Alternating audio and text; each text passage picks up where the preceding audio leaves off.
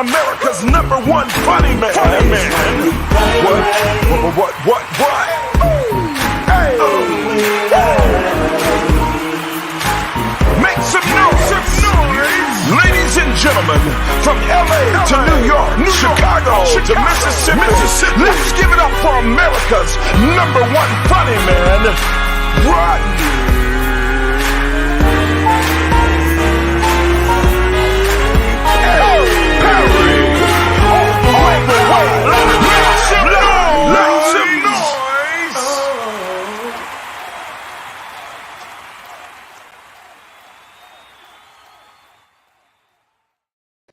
What up, party people? It's your boy, Rodney Perry. You're tuned in to Rodney Perry Live. I was listening to the show on the YouTube, and it stopped bleeding into the thing, man. Okay. We are up today. Super excited about this show, man. Super excited. Almost did the show yesterday on accident. That's how excited I am. Thank you guys for coming in. As per usual, Carl Williams, 1 minute away. Appreciate you. Andromeda is in the building. Granny Wilds, I see you. Rodney Perry is in the chat. Wow. Tara Love Diva, appreciate you. Media Room 360 is in the building. Mad love, mad respect. Thank you guys for tuning in today. My name is Rodney Perry. The show is Rodney Perry Live. How about this? You guys are familiar with this incarnation of the show, right? But Rodney Perry been doing this stuff for almost 8 years or so. I got 200 some episodes. If you listen to the podcast, you can dig up some of my old shows. I got interviews with people, with everybody. I'm talking about they're gone now. You understand me? I got Paul Mooney and Dick Gregory on the same show. And it was just an amazing conversation that day. I got Arsenio Hall on my old shows. I got Anthony Hamilton I talked to. Oh my God. Look who just came into the chat. Oh my God. She is so gorgeous. I'm gonna say it. Wow. It's amazing. We about to have a conversation today. That's right. I wanted to bring in some of my female counterparts. Everything is harder for women, even comedy. Not harder to make people laugh, no, but just harder to navigate this game. You know, and how about this as a question? Is it a game? You know, I have, comics are, I'm in the, it's this comedy game, man. It's all, yeah. Is it a game or is it business? And do you respect your female counterparts? You know, that's some of the questions we're going to talk about today. We're going to talk about everything from joke thievery to the Me Too movement. And I know that it's not easy. Victor, welcome. Tara Love Diva, welcome. Roa's in the building. Musa Media, what up? My co-host for the day. Just an awesome lady. She took my improv workshop, but that means nothing. This lady from 0 to now is moving so fast. It's like a meteoric rise. My man, Cole Parker, is in the building. What's up, Coley Cole? Welcome to the show. Michelle C. What's up, Michelle? Hey, what's going on? Welcome. You always had a stellar background. The hair is on point. Got to. The hair is on point, and we're gonna talk about beauty too, because and this young lady that I have in my queue that I'm about to bring up next, man. She and I have even discussed this because I remember her making a transition from more earthy. She had the natural everything, okay. And she was like, "Why do I have to be?" luxurious for people to pay attention to me, Rodney Perry. I was like, shit, I don't know, but they like it. Ladies and gentlemen, welcome to the show for That's a Fraction. What it is, everybody? Hey, Michelle, how are you, darling? Yeah, how are you? I'm good. How are you, my brother, Rodney? Hey, you know how we do it. Vanessa Fraction is in the building, super comedian. She's been doing it. The podcast world with you and T-Pain. How Woo! about that? No, it's awesome. Awesome being on Nappy Boy Radio podcast. I'm real glad to be a part of that crew. T-Pain, the whole crew. I want to hear about how that happened because that's so dope for me. And you did your thing over at Comedy Hype. You have since kind of moved on from that, and you are even taking it to another level. My next guest. Oh yeah. Oh my God. This lady, I mean, she's a comedian. She's constantly on the road. She on the road right now. So she in a hotel room right now. She said, Rodney, you know, I mean, I gotta travel, and you know, she busy. She ain't got time to be messing with people. Okay. And I hate to say this because I know this is one of the pet peeves of female comics. Because you know, when people bring you up, ladies that come to stage, she fine as hell. Show some love. I know that's a pet peeve. Is it? I've heard. I know. You don't have to. I know stuff. I'll be paying attention. Ladies and gentlemen, welcome to the show. Tacarra Williams. Yeah, I made it. You did. You did make it. How are you? You know what? This is the first of all, hi ladies. Hey Vanessa. Hey Michelle. The topic that we're going to talk about today is insane because I'm on the road and I land last night. And the promoter picks me up from the airport, brings me to the hotel. First of all, they changed my hotel. Didn't tell me they changed my hotel. Changed the location. Yes, changed the location of my hotel. Didn't tell me. Unacceptable. Right. Didn't tell me until we were pulling up. And I'm like, oh, I thought I was. By the way. Yeah. I put you at blah, blah, blah instead of the blah, blah, blah. As we're getting my luggage out of the car, he gives me my room key. Now my room key looked like it been all ramaged through. So what is ramaged? Yeah, I said, because the piece is ripped. Like, why this is ripped already? So then I said, oh, you checked me in. He said, yeah. I said, oh, you went in the room? And he said, yeah, I went in the room to check it out for you. I said, you went in my room?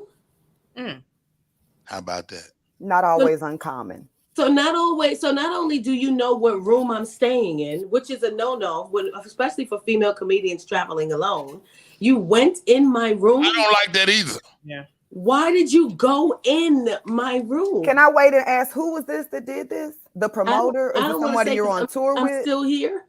So I'm not in the room. I got my room switched, but the show is today. So I just kind of want to do the show today. And then, you know, I'm only doing one show. It's not a comedy weekend. Yeah. But I sent him a long message and we talked and I said, that's just something you just don't do that. And then when I came in my room, I could tell somebody was on the bed. Did you jump on the bed? Wow. I mean, and full disclosure, I don't like that either. Okay. I will change a room the same way. Yeah. But like you said, like you guys are so vulnerable. You know, and we have to build up to the point where we can travel with somebody sometimes. Yeah. You know, and you got to build your game, your career up to that point. But that's a great place to start, Tacarra. Like what is your requirements? And if you don't mind, Tacarra, can you turn your phone sideways? Oh, is it this better? Not bad. Maybe it might be locked. The other way. Oh, this way. Yes. Okay. Perfect. Thank you. What are your requirements, ladies, on the road? And is it different? Do you need a different set of requirements than maybe your male counterpart? I don't know. Yeah, I do. What you want to go first? Okay. I know a lot of I know a lot of hotels are connected to the venues. Like, you know, like Jacksonville, you know, they're connected to the hotel. Indeed. I don't stay in hotels that are connected to the venue. Oh, so you don't want to stay in that place at all? No, because I did a show with Roy Wood Jr. After the show, I go upstairs to my room and somebody's standing at my door. What the hell? Because the hotel is connected to the venue. So when you get on the elevator to go up to your room, anybody can get on the elevator and go up with you. And then the doors are on the outside of the hotel. So even if somebody's parking their car, they can see what room you go into. That's dangerous. Yeah, when was this? Like that was at Jacksonville. Yeah, I'm like that motel feel. It's a hotel, but They give a motel feel. It has a courtyard that people can see you walking in your room. So wow, that is interesting. Vanessa, what's your thoughts? It depends. My thoughts on that are security, things like that. Sometimes I very much appreciate being in very close to the venue because I'm trying to, get to sleep. I'm trying to do whatever. I have several shows, whatever. Generally, security is pretty good in places like that. I'm not familiar with the Jacksonville establishment that you're talking about, but it just all depends on what it is. You kind of you don't have to go case by case, but sometimes you do. I definitely don't like people giving me my key unless I'm on tour with you and the tour manager does, because sometimes they have gifts. Sometimes they have gifts that are given in your room. So sometimes someone has been in your room. Sometimes the tour manager will check your room, that kind of thing, but not the average everyday promoter. It would have to be someone that I'm actually on tour with and that that kind of thing. And usually it's a little bit more upscale at that point when someone has been in your room leaving gifts and so forth and so on. It's not the average, I'm just coming to do a show. It's I'm on a major tour type situation. So I agree with Tacarra that it can be off-putting. And normally I go and replace the key when someone gives me a key. Okay, so like, do you have to develop like constants though? Do you have to develop like, okay, I know sometimes people can be in my room, but I don't want nobody in my room.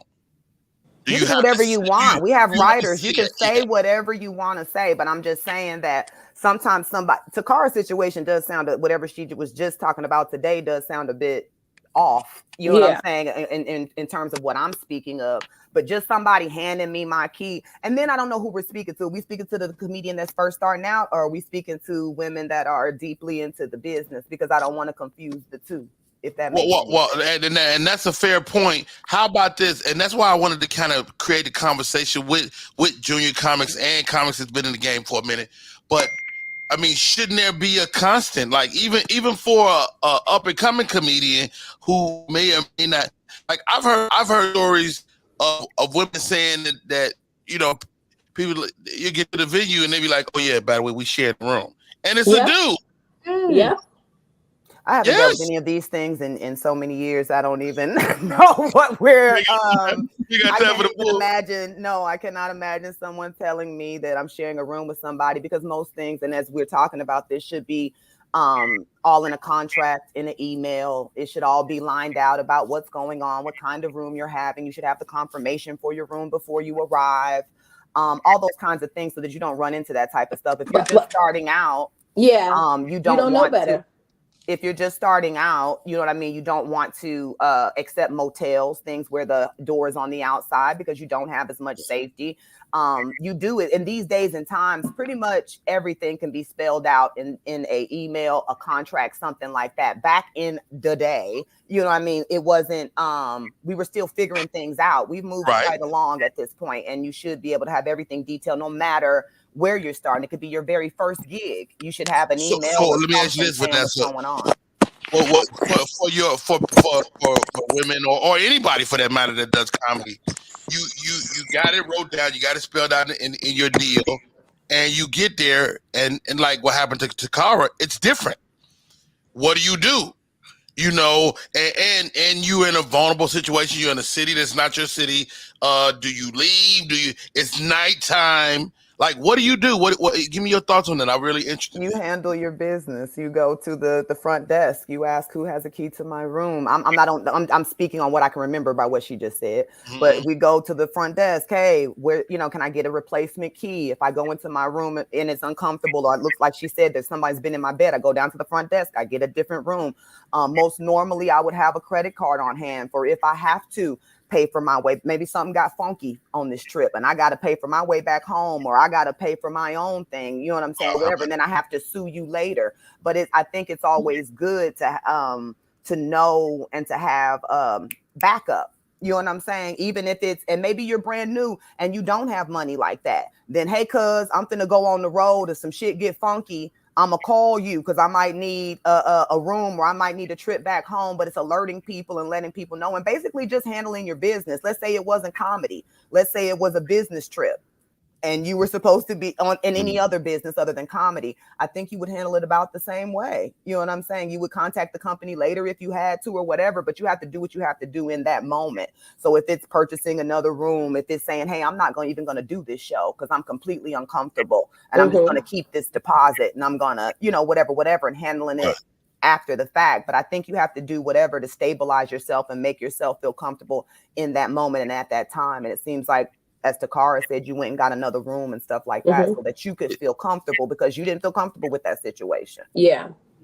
Wow. Hey, y'all, my name is Rodney Perry. You're tuned in to Rodney Perry Live. We're talking to the ladies today. We're talking about comedy, travel, and everything else in between we'll get to as we navigate these 90 minutes, man. First of all, thank each and every one of you for talking, coming in and chatting with us, man. Joining us. She pops into the show all the time. One Act Drama. She said, I want to input something about travel. And she is here today. Thank you, Miss Drama. What's your thoughts, man? You've been on the road. I mean, what as a woman, is there a different set of rules? For travel, absolutely, because my safety comes first. And whenever I can, I do carry, and I make that very clear. Carry what? My gun. I check it at the airport. I follow the procedure. Really? Check my weapon. Absolutely. You carry a gun from state to state? I absolutely do. I am licensed to carry and very well trained. Gracious. Right now, absolutely. Hold on, everybody freeze. You guys carry weapons? If we have to. Not a gun, but I carry non-lethal weapons sometimes. We have mace. I still non-lethal Vanessa weapons. teaches a self-defense class, so I know Vanessa is already dangerous. That's because something funky happened on the road. Indeed. Okay. Wow. Okay. All right. So you may or may not have a weapon, but go ahead, Drama. No, and I'm speaking also from, I worked for Delta for 4 years, so I travel a whole lot. I also have the door stopper that makes the alarm go off. I have the one that I can stick in between the door lock, so you can't, even if you try to open it, my door will not lock. Like Tacarra, I will change my room. I want your name. If the whoever's dropping me off, whoever's name is on the room, I want your name off. Because that's what I did yesterday. I don't want you to be able to go back and say, I need a key to this room, my name on it. No. When we get here, your name come off, only my name on. And then I'm switching my room. And your name should have never been on. Well, sometimes I've got there and it's both of our names. It's their name, like especially if I'm getting in late, they'll go ahead and check in because you'll lose your reservation if you ain't checked in, whatever. By a certain time, blah blah blah. Yeah. So you come on in with me, take your name off, just put mine, and whatever room you had me in, go and change that because I'm not going in there. So this is not something you would do, you wouldn't hide this. You'll let them know I'm changing my room. Because I want you to know that I'm paying attention to everything you're doing. I want you to know I'm alert. Because when they feel like you might not know what's going on, that makes you vulnerable. So I want you to know, hey, and I also say, I'll say, whoever's picking me up, I do want to make you aware I have a weapon. Because if they get pulled over, some people don't want to ride in a car with you if they know that. So I make that very upfront. When you pick me up from the airport, I am carrying. I want to make you aware because you might be a felon. I don't want to get you in trouble. So I'm very vocal about what I think about other people too when I'm thinking about me because I don't want anybody to get in trouble because of me either. Wow, Michelle. I mean, you young in the game. What is as you digest what has to be done? What you have to consider? What are you thinking? I think I'm gonna take my brother. So he can whip everybody ass. I'm just like. Why are you playing that? That's what we're all working toward, being able to take somebody with us to have our back. Well, I have somebody on the road with me, but this is when I'm touring on the weekends, I have somebody that travels with me. This is, how sometimes you do like a one-off in the States during the week real quick. It don't make sense to bring somebody to that day. And then you go back to your regular tour day. So this is a Wednesday I'm doing. Somebody asked me to do it. And we get the paper. We going out getting the paper. Yes, let me get this quick few, couple of stats, and then I'll go back to the city I'm supposed to be in. But traveling as a woman, it's not even traveling by yourself. You can be traveling with another comedian. I've never been on the road with anybody because every time I got offered to go on the road with somebody, I would always hear that particular comedian, several of them say to me, what happens on the road stays on the road, right? And I would be like, is that males or females or both? I'm not going on the road with you, huh? Is that males or females or both? Well, you know what? Some of the women in the game have told me that they do. Do you not have a code? Do you? I mean, what is your? I mean, like, what is it that would be going on the road that you would be talking about? If that makes sense. Yeah, that's what I'm saying. Like, because to me, if I don't know which code we talking about, but if I'm on the road with somebody, yeah, you're safe. You know what I'm saying? It's not your business is not my business. It was more in reference of her giving them some. Yes. Is that what we're saying? Yes, that was what it was in reference of. Oh, I had somebody call to book me. I know that happens. He called me and was like, "Hey, I want to book you. I got this show in Miami. I would love for you to be on it." I was like, "Great." He was like, "So, I mean, when you get there, like, what we doing?" I said, "We telling jokes." What you mean? What are we doing? Vanessa, that was the first time I've ever had anybody push up, and it threw me because I didn't know him. He saw me on that I was on tour with D-Lay and was like, "Oh, I want to book you. You know, if he co-signed, I definitely want you." And I'm like, "Bet." Slid to the DM, gave him my information. I don't have a problem. But then it turned to what we not doing nothing, baby. We gonna do this show and get this money, and I'm going home. I'm new, but I ain't dumb. Go ahead, Tacarra. What's your thought? But I also think it depends on the time of comedy that you came up in. I've been doing stand-up for almost 13 years. I think that a lot of the male comedians that I started off with or that were in the game, 20 years ahead of me when I started, they're not the same comedians necessarily that Vanessa has had to deal with.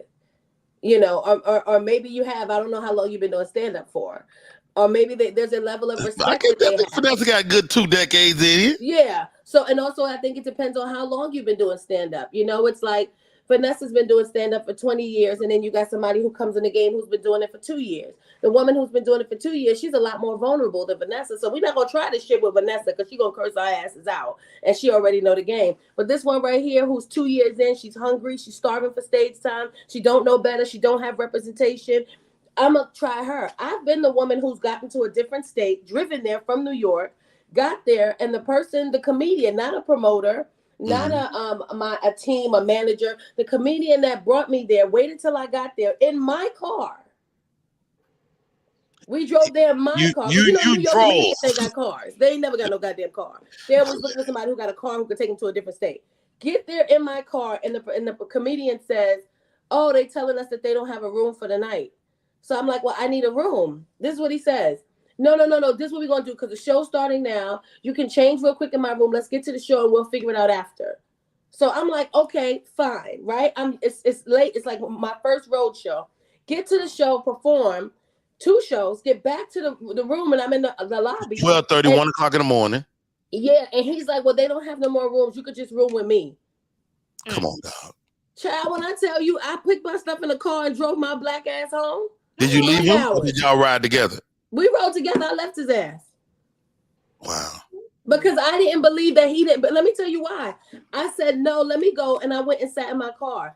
I said, "I'm going to try to find another hotel." I called my mom. My mom called the very same hotel and they had rooms. Ain't that bad? I left that motherfucker right there in Philly. Goodness gracious. Go ahead, Vanessa. What's your thought? Drove my ass home and left him in Philly. I definitely have had 20 years in the game. My experiences are much like anybody else's. They just come in different time periods. You know what I mean? So, and we're talking. Go ahead. Hold on, Vanessa, before you unpack this. Is it a situation, ladies, where guys, whether they're comics or promoters, are going to try you? Is that just par for the course? Mm-hmm. Every day they're men, and nobody. Vanessa, what's your thought? Nobody. I'm in the middle. Again, we started off talking about if this is a game or if this is business. You know what I mean? So as business is conducted, yes, no matter what business you're in, some people are going to try you from the very high ups to the very low lows. It just all depends. You know what I'm saying? And it depends on the woman. Some people see something in your eye, as Tacarra might have said, I'm not going to try that one. You know what I'm saying? Some people go for the gusto anyway. Some people see where I don't know. Everybody has their own specific journey. So I can't say that Tacarra's experiences aren't Tacarra's experiences or that Sister Drama's aren't hers. You know what I mean? Mine are different than y'all's, and probably Michelle's is going to be different too. In general, are we tried? Yes, you are. And especially to Tacarra's point, when you first start out, plenty of people trying to see what you gonna Oh, do. so give me this, Vanessa. Give me this, Vanessa, and the rest of the panel. As you mature in the game, when does that change? So if you come in and is it at year 5 people start respecting you? No. Is it at year 10? Is it at year 8? Is it, what's your thoughts, Tacarra? Or I mean, I'm sure what happened to you at year 1 or 2 is different now. No. They try you differently. I'm sorry to butt in, but I'm married and I still get tried. I still got to be like, I'll beat your motherfucking ass off of here today. And just, for the disrespect part, you know what I mean? Because that's the thing. It's like you thought you could try that with me, and I don't know what about me indicated that you thought you could, but I'm gonna let you know.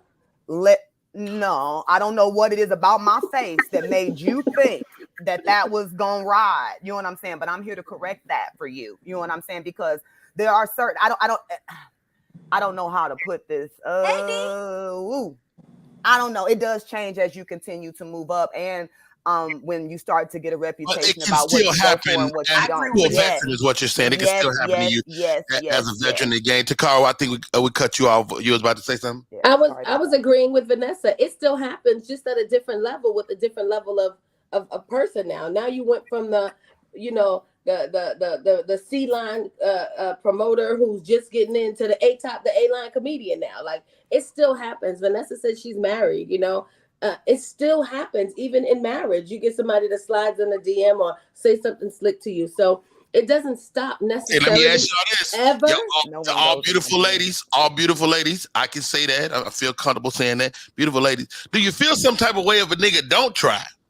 No. I don't give a damn. Just give me my money and my check on time. No. Okay. I don't feel no kind of way if you don't try. Actually, I welcome it. I prefer you not to. It's all good. I mean, at this point, I didn't heard everything under the sun. But you know what I will say? No. Let me take some of that off of there. Because as I get on in the game, I ain't gonna lie. I've been sitting in a couple of them podcasts, and the nigga will wink at you, and you be like, hey, I'm married, but that felt good. Thank you. Thank you, baby. I am married. I'm married. Leave me alone. But thank you. I appreciate I still got the goods or whatever. Right. And I think some people, as you're saying, as Tacarra was saying, you have a vagina and you are, a lot of people are, we are attractive. For the record, vaginas are wonderful. Vagina's a wonderful thing. And I've had,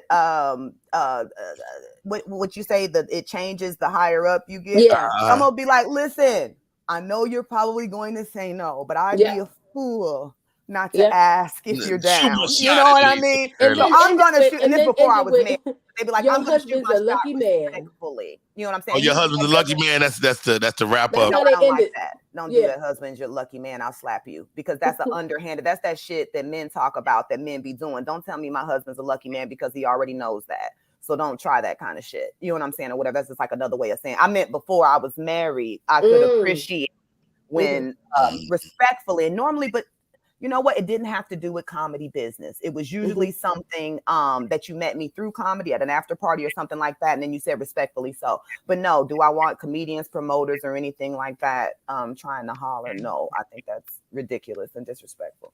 Indeed. All right, y'all. My name is Rodney Perry. You're tuning in to Rodney Perry Live. You believe a half hour already, and we ain't even. We got to get to some other topics, because this ain't nobody trying to holler every single day. This is not everything. Christ. How about this, ladies? What is the biggest issue in comedy as it pertains to women? Or should we even make that distinction? I mean, are we all one when it comes to the bigger issues in comedy? And what do you think that is? Michelle, see your thoughts. I feel it's like a lot of unnecessary hate sometimes. Hate? Hate. They just hate. Unpack that. What that mean? I hate to say it, but like there are certain, females in the game, they see you coming out, who this bitch thinks she is? A nigga trying to get money just like you. What the fuck is wrong with you? Interesting. So hate internally among other females. Yeah. Now, I always say this, and y'all tell me if I'm wrong. The biggest issue with women in comedy is women in comedy. Not your peers, but the audience members. Women looking at you as if you want a little raggedy man. Is that an issue? No, for me, because I don't want them dusty ass. Delay taught me early. Women have to want to be your best friend And men they want the fantasy of you, even though they know they probably can't have you. So I told that line very well in my dress, in my jokes, everything. I speak to women. I love women. Everything is us, us, us, us, us. So they want to be my friend, no matter what I have on. I don't dress real provocative. I'm gonna put that shit on now. Don't get it wrong. I'm gonna put that shit on. But I try to make sure it ain't a whole lot of titty, which I don't dress that way anyway. It ain't a whole. It's gonna be tight though. It's gonna You show don't what I have got. no whole bunch of titty though. Let me see. I know I got little cute. I'm not trying to show a whole lot. Is it a lot? Okay. But I try to just do what makes me feel good. I think of the because women are the ones who buy tickets. So I think of what I want to see. I don't want to see your booty cheeks hanging out on stage while I got my man sitting here trying to eat my wings. Hold on, I'm trying to Tacarra laugh got a at lot you, of not look booty at and you. she can't hide it. What do you do? Well, I mean, hey. I mean, Tacarra don't have booty let's out, unpack though. Like, let's tight unpack the jeans. fashion Tacarra do element that. of it. Have you seen Right. Tacarra's videos? Tacarra's Shit booty all hanging is. out. Ladies, Tacarra and Corey That's be- what everybody, hold on, ladies, hold on. Goodness gracious. I'm First of sorry, all, baby. thank you. I'm Only- sorry, baby. She the one said it don't be out. I said, have you seen? Only a father of five could do this conversation. Five girls, mind you, 5 girls. So Vanessa, I remember vividly, you were making the transition to this look. You know, it was more commercial, and I remember the conversation we had. And you was like, "Yo, I hate that I have to consider this. I like my curls. I like my natural look." But you were getting so much love with the weave and the makeup and the full face beat. So as you guys navigate comedy, is that something you lean into? You know, I mean, like Tacarra is always, beat to the gods. You know, I'm not really, honestly, but I mean, you always look nice. Thank you. So, I mean, how much do you have to consider what you're wearing, when you're wearing it, how you're wearing it? Let's start with Vanessa and work our way around. Damn it! I thought you were gonna start with Tacarra. Okay. We'll start with Tacarra. You out? Okay. Yeah, okay. start with Okay, Tacarra. I think for me, it depends on where I'm performing. This may sound crazy, but mainstream rooms, I don't dress up for mainstream rooms. When I do a mainstream room, I wear some sneakers, a sweater or a t-shirt, some jeans, and some glasses. When I do urban-esque rooms, I have to come beat for the gods, shoes, dress, hair, because it's just a different Black audience. people expect something different from you? Yes, they do. Now, in regards to Miss Drama, when I first started stand-up, I've always worn heels on stage. And female comedians used to tell me not to do that. They would say that the man is going to be too attracted to you, or the audience is not going to pay attention to what you're saying, or the women are going to be jealous. I never stopped. I wear what I want to wear on stage. Like when I get on stage, it's about me. It's not about, I'm not here for how the audience feels. And I think that a lot of women get on stage with this. I remember when I first heard that, I felt so crazy about it that I would get on the stage looking amazing and I would attack myself on stage. I would start talking about my flaws and the things that's wrong with me to make the women in the audience feel better about themselves. And then I was like, man, fuck them. Like, I'm not about to hurt myself because you don't have confidence and your self-esteem is low, or your man is cheating on you and he trying to fix it at the show and you still mad at him. That's not my problem. I'm there to do a job. And I'm going to dress the part of my job. Sometimes I never got my ass cheeks out, but I'm going to wear my jeans. I might put on a cute little cleavage shirt, but I'm not going to dress down to accommodate how you might feel. I'm not there for that. Now, I've had some young comics. There was some young girls here in Atlanta, and they were on stage with bike shorts on, and it was a regular open mic night, and I was just in daddy mode or something that night. I was like, really, ladies? Like, I think every chance on stage is the opportunity to make a fan. Yeah. And my comment to them was like, you got to dress the part, all the time if you can. Mm-hmm. And but then they checked. It was like, yo, how dare you say anything about what I'm wearing? Mm-hmm. And you got to let them learn. And I probably ain't said too much words to him, but that's neither here nor there. Who's right? Drama. I feel like be comfortable, number one, but also recognize sometimes what you put on can keep you where you at. Because if you don't have respect, that goes a long way in any industry for people to respect you. So if your audience don't like you, if you got women that are constantly like, no, I don't want to see that. I ain't taking my man to see that. That's your core. So do you want to off-put the people that gonna put you on? Like, that's kind of what you have to think of. So like Tacarra, I'm gonna wear what I want to wear. I might, instead of a whole titty, I give you this much titty, just enough so you know I got some, but not too much to where you like, oh girl, you know what I mean? So I'm gonna put on them tight pants because I got a nice bootay, and I want you to know I got a nice bootay. And Tacarra did the opposite of what I did. She self-deprecate, baby. I'm gonna tell you when I come up, I done put that shit on for y'all tonight. Like, I'm gonna make you look, and I'm gonna bring you to me, and then I'm gonna find me some women in the audience say, oh bitch, you put that shit on too. Like, I want to make you feel good, because when you feel good, you want to laugh. Now I want you on my team. I don't want to alienate you. Like a lot of people roast. I don't roast my audience. I want you to love me. I want you to leave and say, and it always happens, girl, I felt so good. Girl, you so crazy. Like, I like that. I like people to feel good.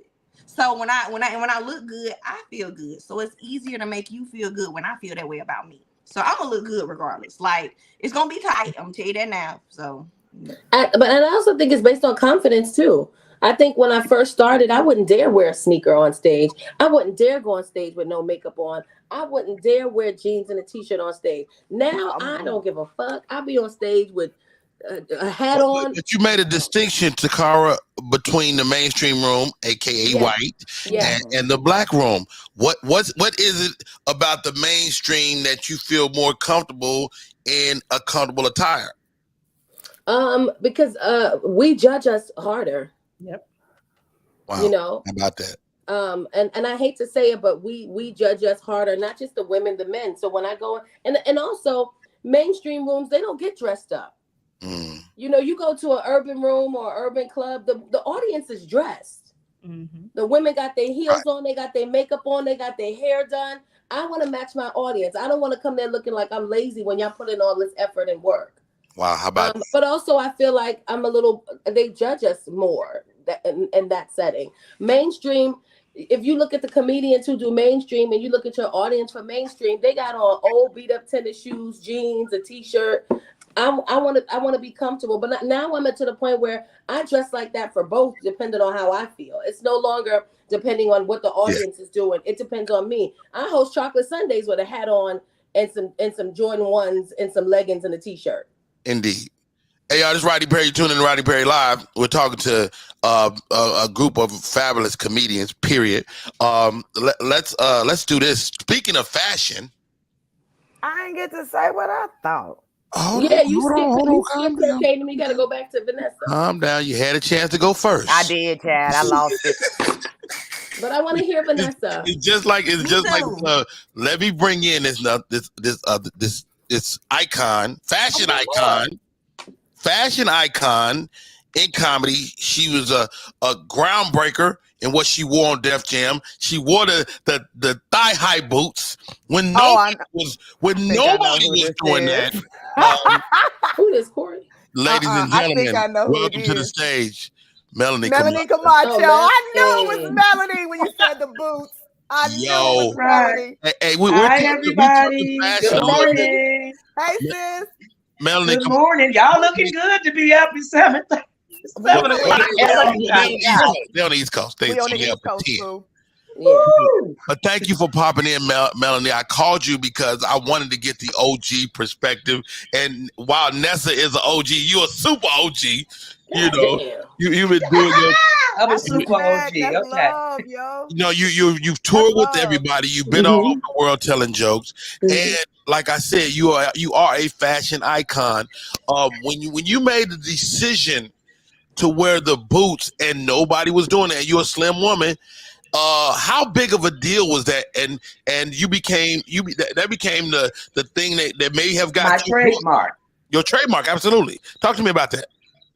Well, when I first started comedy, I didn't see a lot of feminine looking comedians. They all looked like somebody dudes. tell you not to be feminine. They all look like dudes. So I wanted not to. I said, nah, we can be funny and sexy. And then it depends, you know, like I said, I'm skinny. If I was voluptuous and thick, then those thigh-high boots probably wouldn't work for me. Your sister, anyway. Sorry. Yeah, if I was the size of my sister, it wouldn't have worked. Just like if you're really, really pretty, you have to tone down because is that true? Is that true? Angela Means was gorgeous. She had to tone down. She couldn't come out looking like a supermodel. She had to put on some jeans and or she couldn't get no love. They too busy looking, and when you look like that, they're like, you better be funny. You better be funny. If you're looking like that and you're coming out looking like that, you better be funny. If you're a thicker girl, you can get away with it. But when you look like a model, like Angela Means was, you had to tone it down. These comedians get away with a lot more than let me ask what you this, Melanie. Let me ask you this: has that conventional wisdom changed? I mean, you've been in the game 30 years. Has that changed? Not for me. Wow. I still see that. I still see that. If you're a really beautiful girl, you got to tone it down because now they're too busy looking, and instead of listening. And that's why, for a while I was wearing those thigh-high boots with mini skirts, and then I was noticing they was too busy looking than listening. What were they trying to see? Up under my skirt. I'm doing concerts. So I'm up on this big stage, and they're doing this shit. I'm like, the show's that up here. The show's up here. Go further, but get past that. All right. V.Fraction, your thoughts. I'm in the middle, because I came in after Melanie, before Tacarra and all of them, so I feel what Melanie is talking about. You know what I mean? I've fallen pretty much. Where y'all go? I lost y'all. I like looking at y'all. We still thank you. Oh, sorry. I like looking at y'all. But yeah. No, I've fallen in between all of it, and you have to do what's comfortable for you. I would really like to address everything everybody said. I'm with Tacarra on the mainstream rooms versus ours, just because of the way what she said, the way that we behave and what we expect of each other. And we like to look at the fashions and the this and the that, and that's just our thing. And I think that's beautiful. What Melanie was saying too about having to tone down when you're pretty and this, that, and the third. And I think pretty, voluptuous, fine, sexy, all these things can be different. And sometimes as women, we don't know which we're giving off to the audience. We can think it's one thing, but sometimes it's not necessarily. So I think what she says, definitely when Melanie started out and when I did, those things made sense. Now there are so many women and people doing comedy that we're a lot more used to it. You know what I mean? So the advantages that women are coming out now, even with you, Tacarra, coming out in the last 13 years, it's different. You know what I'm saying? People accept it more. They've seen it more because of Melanie's boots, because of Angela Means, because of some more. I remember I always use some more as an example. Because she leaned into sexy too early. She did, but she leaned into, first she came out as a businesswoman. She was a gold digger, whatever it was, when Melanie and her were coming out. You know what I'm saying? It was like she had on some kind of suit or something like that. It was nice. It was more business type. But then as we got to trust her and respect her, it got sexier and sexier to a point where I'm like, what this bitch finna have on? Is it finna be a cat suit? What's it finna be? You know what I'm saying? I'm looking to see. And the same with Melanie.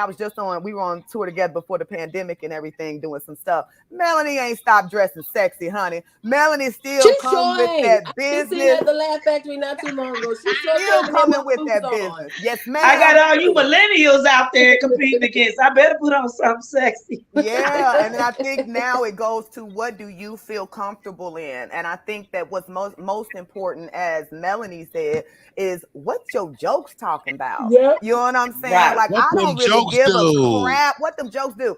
I don't care what you got on. You can have on the base. And I've gone from everything from going on stage in hoodies and sweatsuits, and dudes told me, like, cut that shit out. You hiding. Don't do that. You know what I'm saying? Or whatever. So going ahead and being comfortable with who you are, to Drama's point, making sure that everybody is having a good time. I didn't come out here to showboat. I didn't come here to shake it fast. You know what I'm saying? I came out here to make you laugh. And that is period. You know what I'm saying? If you put that first, you put the jokes first, I think all that other stuff is just, par for the course. It's just all about who you are and you finding yourself. You know what I'm saying? Because as all the ladies, I think, said, the more comfortable that you become with yourself, the more comfortable the audience will be. You know what I'm saying? And I think we've all gone through that. I know I have too, that self-deprecation part, that whatever, we go through these phases or whatever until we find who we, who truly we are. be on that mic, but I think more important than in this whole conversation is what them jokes do. You know what I mean? Because you can break through so much with a funny joke. You know what I mean? Indeed. Hey guys, we're talking to an incredible panel of comedians. Here's the next question, ladies. You ain't asked me about my swag or my style. Michelle, nobody give a damn at this point. We said everything. That's what we doing. You get the first. You the most brand new. You the most brand new with the glitter lips. We know how you. We feel. We know how you feel, glitter lips. Okay. I'm playing, Michelle. Who laugh was that? Michelle? I don't know who that was. That was me. Oh. Sorry. I don't think I've heard you laugh in my life. Okay. All right. What's your biggest sacrifice for comedy, and do women make a bigger sacrifice than men? Yes. Michelle C. Hold on, everybody, calm down. Michelle C. It down. I don't think. Well, I'm single in these streets and I don't have no kids, so my grindings might be a little bit, easier. What is your biggest sacrifice, and do women sacrifice more? Women do sacrifice, but I don't think I've had a sacrifice that I can think of right now. Really? Are you working a day job? Yeah, but I'm a business owner, so I set my own hours. So I do what I want to do. Okay, all right. Living the American dream. Said. Are you done? Right. Are you done? I'm done. Are you sure? I'm sure. But that's a fraction. Well, you know what? Let's go, Melanie, on this. Melanie, I sacrificed a lot. When I started, I was in my early 20s. I just got blessed to do. When I take Def Jam, I did not even know what Def Jam was. I was married with 2 children. That was my sacrifice, because I immediately booked the Def Comedy Jam tour, which took me out of town a lot. And so I missed a lot of stuff, and I did a lot of tours. So I sacrificed a lot of, the games, the cheerleading, I still hear it to this day. And my kids are 30. So yeah, about how I didn't make it. That's par for the game. I'm about to be where you at, Vanessa, because I'm getting it right now with my kids, and I'm getting it a lot right now too. A very difficult time I've ever been through in my life. Yeah. I haven't announced this publicly yet, but I will tell this group and whoever's watching, I got divorced. It wasn't something I could deal with, and so did I. he changed when and today is supposed to be my 1-year wedding anniversary. And I got divorced because he just turned into a different person. I'm not going to speak on him, but I just opted out. And now being back home by myself with my kids, it's hard. It is so fucking hard because the kids don't get what you're trying to do is ultimately for them later. They don't understand that I'm choosing this because I need you to be better later, or I need you to have a better lifestyle. So my oldest is 22. My middle, the 17-year-old girl, that's the one who gives me the hardest time. And now my 8-year-old, it's difficult with her because her dad passed away 1.5 years ago. And I don't have the help on the weekends. And when I'm traveling, I'm grateful to travel because when you're touring, that's oftentimes where we make our money until we get into bigger things. And just hearing her say, I miss you, and I don't want to go to this person's house, and I don't want to go to this person's house. And now I'm having to make the choice of sending her to New York to live with her grandparents so she can have stability, because I know for a fact that I'm not providing stability. And I think it's more difficult for women because we have our kids. Men get to go do what they want to do. They drop the kids off. They know the kids are good. They know that the mom's got them. They send money. My wife has always been in the pocket. She's, I've never had to go, is my kids okay? And we physically have to figure out who's going to watch them. Figure out if they're eating. Make sure they that from and then having girls, Tacarra, you got to make sure that the people aren't touching your daughter while you gone. Thank you. That was my biggest fear. That's a whole nother issue that I'm faced with. And it's to the point now where I was crying for days last week because I had to accept the fact that I need help with my youngest daughter. My oldest daughter, she's turning 18 next month. How do you begin to build that team, Tacarra? Because you definitely need the help. So it's accepting the fact that there's a level of stability that she needs because she already lost her dad, and I'm not providing. I mean, I'm providing, but I'm not touring and moving around. I'm just not available the way I need to be, and accepting the fact that she may have to go live with her grandparents and talking to her grandparents. And how do you give yourself the grace, Vanessa, to still be a comedian? It's to hard. Still live your dream. It's hard. And maybe miss a birthday, maybe miss a recital. How do you give yourself the grace? I look at the bigger picture and I know my purpose. Your first question was my greatest sacrifice, and that is my time with my family. You know what I mean? As you had said, I have a 25-year-old son right now, and I have a grandchild. And I don't really choose to speak on all the things that are going on with us right now, but it's not good. Right. You know what I mean? And it's basically because I didn't drop him off at a fire station. I talk about it in my comedy. I actually paid child support, and he went to live with his father, but the same as men deal with it, you have somebody that's not for you. You know what I mean? So they're kind of poisoning the situation in a way that you don't really have control over and you don't know. You know what I'm saying? I always thought that was a safe place, but I now see that there were things going on along with his own feelings. He has feelings, and regardless if I'm a comedian, if I'm a pilot, if I'm an international banker, sometimes you have to be away. You know what I'm saying? And when you don't have that support system that's speaking positive on you, some things can really happen that affect the child negatively and so forth. Counseling is what I go through. I'm seeing a really great therapist right now, you know what I'm saying, or whatever. I have a 23-year-old daughter who has certain issues of her own, you know what I'm saying, that I have to deal with. Our kids actually went to school together, Rodney and I.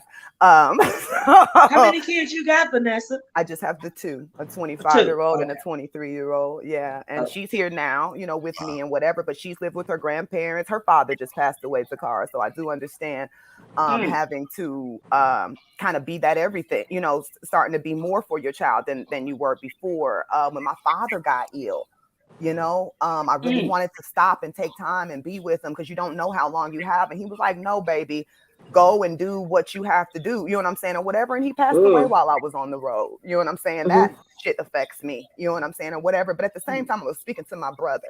And I don't mean to put his business out there, but he does. He was incarcerated part of the time that I was doing what I was doing. You definitely. He does. And that's okay. What's his name? Just tell us the facts are the facts. I can't name is social.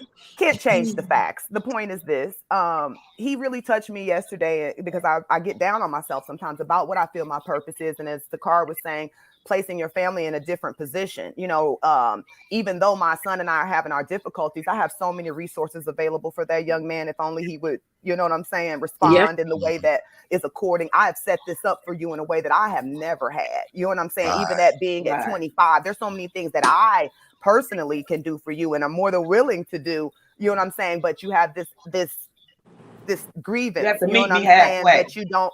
Thank you, Melanie, that you don't know how to communicate with me. You know what I'm saying? Or whatever. And I give myself grace. You know what I'm saying? Because if I could do it all over again, would I do things differently? Sure. Yeah. But I'm also human. Nobody said I was perfect. You know what I'm saying? I just wish for the respect of being your mother. Because the other thing is that when we finish with all of this, like I said, my child is 25 and 23. What if I would have chose to start comedy now? I'm supposed to just lay down my whole entire life and you could have still decided to treat me the way you treat me. And I would have nothing, you know what I'm saying, to show for it. So it's like, we do this for certain reasons. Again, I didn't start off, my parents weren't middle class or nothing like that. I'm able to help my mother. My mama just called me for some shit. You know what I'm saying? And I can answer her call every single time with yes. Because I have it, you know what I'm saying, and I've worked. Good. Well, I'll be calling you after this thing. Melanie, you is not my mama. But listen, but the fact is my friend needed a loan. I'm kidding. It. You know what I'm saying? But had I chose a different route, would I have it? Would I have the type of confidence? I've traveled all around the world, met presidents, and some more shit. I'm respected in every circle, except for these kids. And again, some of these kids have the little Romeo complex. Some of them got a whole bunch of shit going on. They are entitled to their feelings, but I'm also entitled to a bit of grace myself. You know what I'm saying? Because I'm the provider. I'm the one that, you know what I'm saying? I could have chose to put you in, you know, I could have chose not to have you. Let me not be graphic. You know what I'm saying? Or whatever. Right. But I did, you know what I'm saying? Or whatever. And you do have life. You know what I'm saying? And again, there's worse things that could be happening or whatever. So the sacrifice was spending as much time as I would have liked to with my children and with my, not just my children, with my family. I've missed a lot of weddings, different things that I would have wanted to go to for friends, but we do this all. And it's nothing to really tear up about, except I don't know how to put it. I'm blessed. You know what I'm saying? Yes, and I'm doing what I absolutely love to do. And one thing that I knew, I thought I was going to be a preacher, but my thing was always, if I can help somebody as I pass along, then my living shall not be in vain. It's a song I sing all the time that my mother would sing too. But it's like, that's how I feel. As a comedian, we have this healing power. And so, yes, I've sacrificed certain things, but it was for what I feel my purpose is here in this life. Yeah, I always hear that song, Vanessa, I Won't Complain. There you go. You know, I always hear that over and over. We're approaching the top of the hour. Drama, you mind speaking? I mean, motherhood is champion. We'll take that at the top of the hour. But what sacrifices have you had to make? Same as Tacarra, Miss Melanie, Vanessa, my kids. I'm blessed. My daughter's 23, and I just started comedy at 38. So I'm very new, 3 years in. But it has gone really fast for me. I went from open mic to a national tour with D-Lay and the pop-up tour with 50 Cent. So it went fast. So my kids kind of didn't have the adjustment of a slow walk where it's an open mic here. It went. So there was a very quick, my son is 7. I have a 23 and a 7. My son's like, wait, you gone again all weekend? It went from home every day to, wait a minute, you gone? What do you mean? So I kind of had to, with my son, I do a part of my set for him and I record it every time so he can hear people laugh, so he knows what mommy, and he feels a part of it. So I include him by doing a couple of jokes about him. And like I said, I record it and I play for him. I say, hey, see how they're laughing at you? They're enjoying me talking about you. These people know you. So I kind of include him in that way. And it makes him feel good to say, oh, you're going to talk about me at work tonight? And I say, yeah, I'm going to talk about you. So he gets it. Of course, my daughter loves it because she gets to meet all these people. So it's amazing for her. But just, it's the hard part of, I went from home every day to now. It's him adjusting. But like I said, I just try to include him. And I try to, like, I live in Dallas. I got to move back to Atlanta next month because I'm here by myself. I have no help. His dad is here, but it's hit or miss. So I've had to turn down shows, which is also hard because I'm trying to eat and do this full time. If I'm turning down work, that word gets around. Man, I tried to book her. She told me she couldn't do it. She got her baby. I don't have the luxury of turning down a show this early in the game. You turn down a show 3 years in, baby, you must not want it then. If you turning down shows. Wow. So I gotta go where I can work because I want it, but I also don't want to say I can't leave my son by himself at 7. You know what I mean? So I'm moving. So please don't do that. So it's my name is Rodney Perry. You're tuned in to Rodney Perry Live. Wow, the ladies are unpacking so many dope subjects. On the other side of the hour, we're gonna talk about joke thievery. We're gonna talk about can a woman find love in comedy? Can you do that? We got some ladies that have done it. And we also talk about social media. How has social media affect your journey? It's a new pivot for a bunch of us. We had to figure it out. Vanessa, thank you to my guest, my co-host, Michelle C. Vanessa Fraction, Melanie Camacho, and the great One Act Drama. And let's not forget our friend, newly divorced, out there in them streets again. Tacarra out there in them streets, baby. The DMs finna jump, baby. The DMs finna about to get crazy. The DMs about to get super crazy for Miss. I'm not in the streets today. All right, here we go. I lost my marriage in comedy too. Oh Lord Jesus. Hold on. Don't start. And there won't be none. Ladies, we're gonna go to the top of the hour. We'll be right back. My name is Rodney Perry. You're tuned into Rodney Perry Live.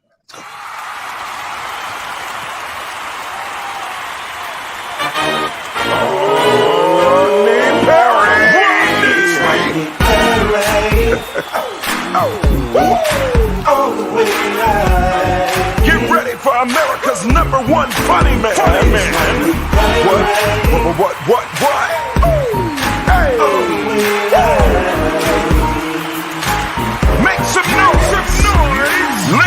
gentlemen, from LA to New York, Chicago to Mississippi, let's give it up for America's #1 funny man, Rodney.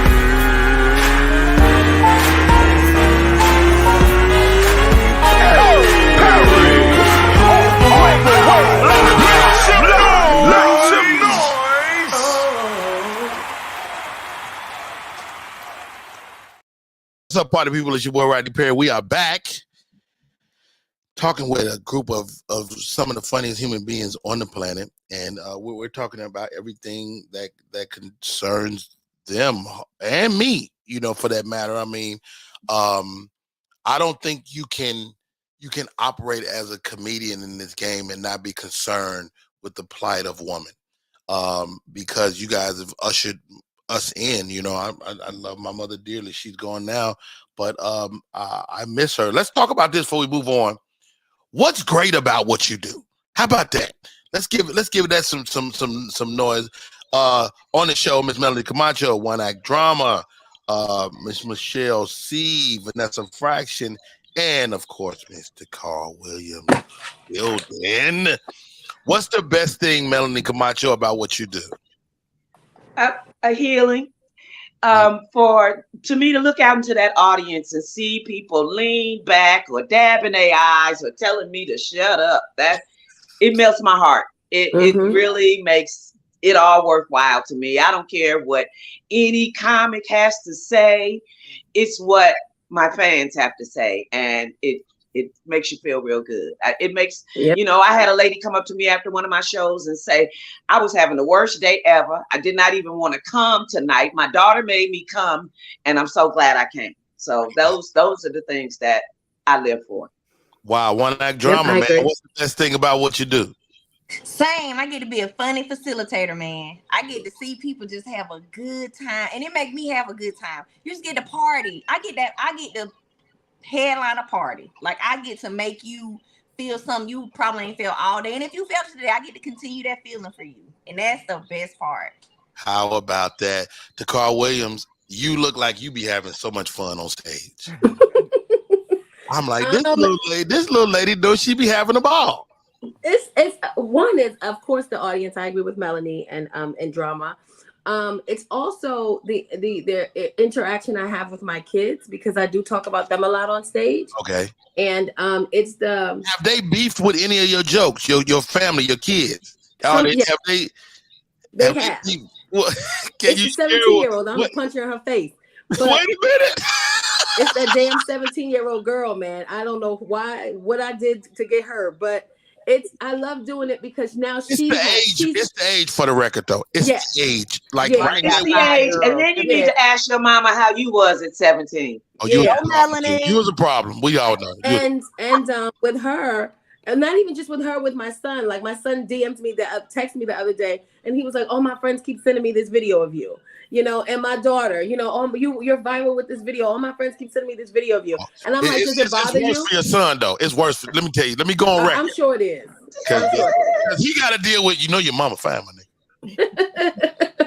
but I love that. One of the best parts about doing it is the backfire that comes with it, with just your kids being proud of you. They make it on your nerves. You might want to sock their ass in the throat, but they're proud of you at the same time.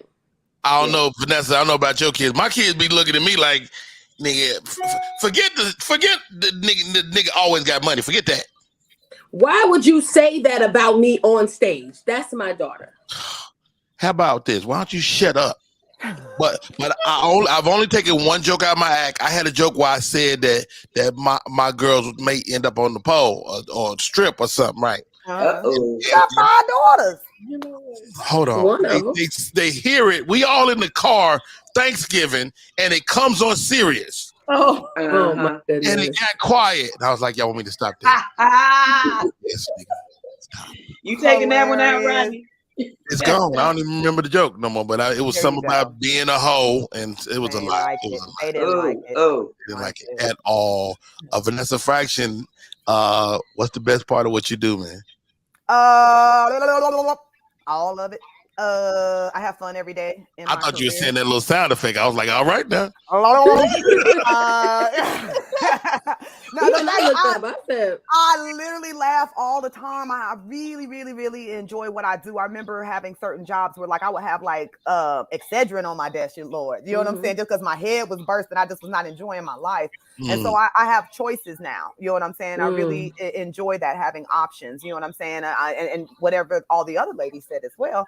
That I love healing. I love the what I actually do, the way that I can change someone's day. You know what I'm saying? All that stuff makes it just amazing for me. As far as the kids, I'm not changing my set. They can kiss my ass. It's my story. How about that? And it's my story, and I'm gonna tell it the way that, you know, it's my perspective. When you want to tell your story, you can get on the mic and tell your perspective and your fun. So I just really enjoy. I'm glad I made this. I just enjoy. I don't know. I enjoy the process, who I've become, all the experiences that I've had. I totally enjoy all the travel. Like, I've seen places that I wouldn't have considered, you know what I'm saying? That kind of thing. And, you know, I just love it, a lot about it. So much to love. Michelle C., what do you love about the game, man? I love the freedom of it. Like the freedom to be able to come up there and just say whatever the fuck is on your mind and just give them the way through it. Like a lot of times as for me, I'm a therapist by default because I'm a makeup artist first. So I get to go and just say whatever the fuck I want to say, crack up, and get the hell on. And that's my day. You know what? I'm just, for a second, I beg to differ, because back in the day, you could say what you want to say. There's cancel culture now, and you have to be very careful what you say nowadays. They'll come for you. That's a great segue, Melanie. I mean, is that something that you think about? Because I feel like if you ain't a certain amount of famous, you can still say whatever the hell you want. Yeah, you ain't a certain amount of famous. You're right about that. It comes back to you later. Later on, 5 years from now, when you a superstar, when you do make it, everybody want to bring up your old tweets and your old videos. Remember when you better said know this? it. Nah, remember how they did Kevin Hart when he was gonna? I don't type nothing. I don't write nothing down. No, but Kevin Hart did a joke about gays 10 years ago. True. And when they got ready to host the Oscars, then they gonna bring that up? Really? That's what we doing? Yeah. So they even came after Dave Chappelle. So it's a different era now. Yeah. Well, let's talk about it, guys. Social media. Michelle C., we'll start with you, man. You the junior woman on board today. But you have leaned into social media. You even got a game you created that's kind of rising through the ranks of gamage. Talk to me about social media and how you leaned into that space.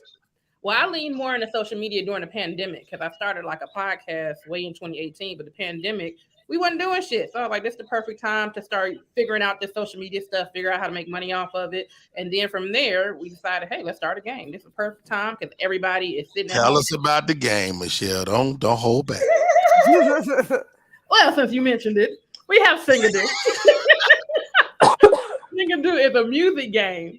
So it's just a family-friendly music game that everybody can enjoy. You sing the melody of the song, but you can only use the word do. So you can do it on social media. You can do it at home.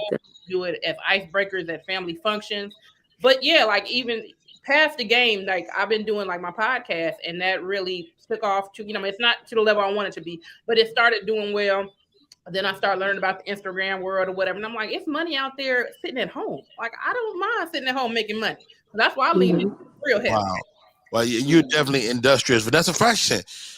20 years in the game, naturally, those of us that have been around for 2 decades, 3 decades, like Melanie, you and I, it was some pushback from us. Like, yo, I'm not trying to do all that. And we had to figure it out. Talk to me about your choices. I still go back and forth with it because as much as I love this business and I seem to be an extrovert and stuff like that, I'm more that way in person than I am sitting at home in front of my camera. Like, that's not something that really appealed to me, you know what I'm saying, or whatever. Excuse me. I was like one of those ones I really loved hitting the road, you know what I'm saying, or whatever, and getting to meet people face to face, that kind of thing. Like when people meet me in person, that's when they're like, oh, I freaking love this girl. You know what I'm saying? And I know that social media is an extension of that, but it's not to me. It feels like now I have to be on all the time and I have to dip you into my life all the time. And it's like, I've always taken pride and pleasure in having a personal life and turning it off. You know what I'm saying? My time to shine is on the stage. I like my preparation time to prepare my jokes. I don't mind clowning, and I was a heck of a lot more into it a couple years back when I was a little more single and a little more not giving a F, you know what I'm saying, or whatever. I kind of had the time to give and wanted to give the time. Right now, I actually don't want you peering into my life. I'm chilling. I don't really care for you to know what's going on with me. So, in that way, what I'm giving is enough, which is on stage, you know what I'm saying, or whatever. But I have to find ways to produce content and stuff like that. That is comfortable for me. You know what I'm saying? So that's why I'm on Nappy Boy Radio podcast. That's why I was on Comedy Hype, that kind of thing, because that was more comfortable. Dish for Nation. Me. Yeah, Dish Nation. I'm more of an actress. I'm a TV host. I'm a blah, blah, blah. You don't have, what do I say? La, la, la, la, la. I like to have a little line between my job and who and what and who I actually am, and this, that, and the third, because I'm just, and it might be just for this time period for me. You know what I'm saying? I think that there's times you can dip in and dip out where some people, like if you, and I'm sure others will speak on their interactions with it. If you kind of grew up with it, it's just more of a natural, this is what you guys did. Being on the road and stuff like that was a little bit more natural for me, face-to-face interaction and really that kind of stuff. I'm kind of repeating myself, so that's good enough. Melanie, I've watched you over the last few weeks. I'm like, let me find out Melanie is on the damn internet. Well, yeah, you know what? You have to, because nowadays the clubs are going by how many followers you got instead of how funny you are. Yep. I'm like, my resume should speak for itself, but you still got. It's a different time. It's a different time. You don't. And I don't care if you knock down, drag out, funny. If you ain't got but 50,000 followers, the clubs are not calling you. It's not that's the way it goes. Like when we were producing Who's Got Jokers, and that's over a decade ago. If it was two people that was equal, they would go to that social media, and that would be the deciding factor. It didn't matter who the people were.